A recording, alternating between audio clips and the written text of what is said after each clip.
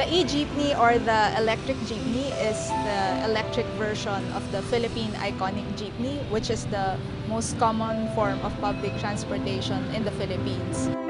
This project is about education. It's about changing people's habits and get them used to using a new technology.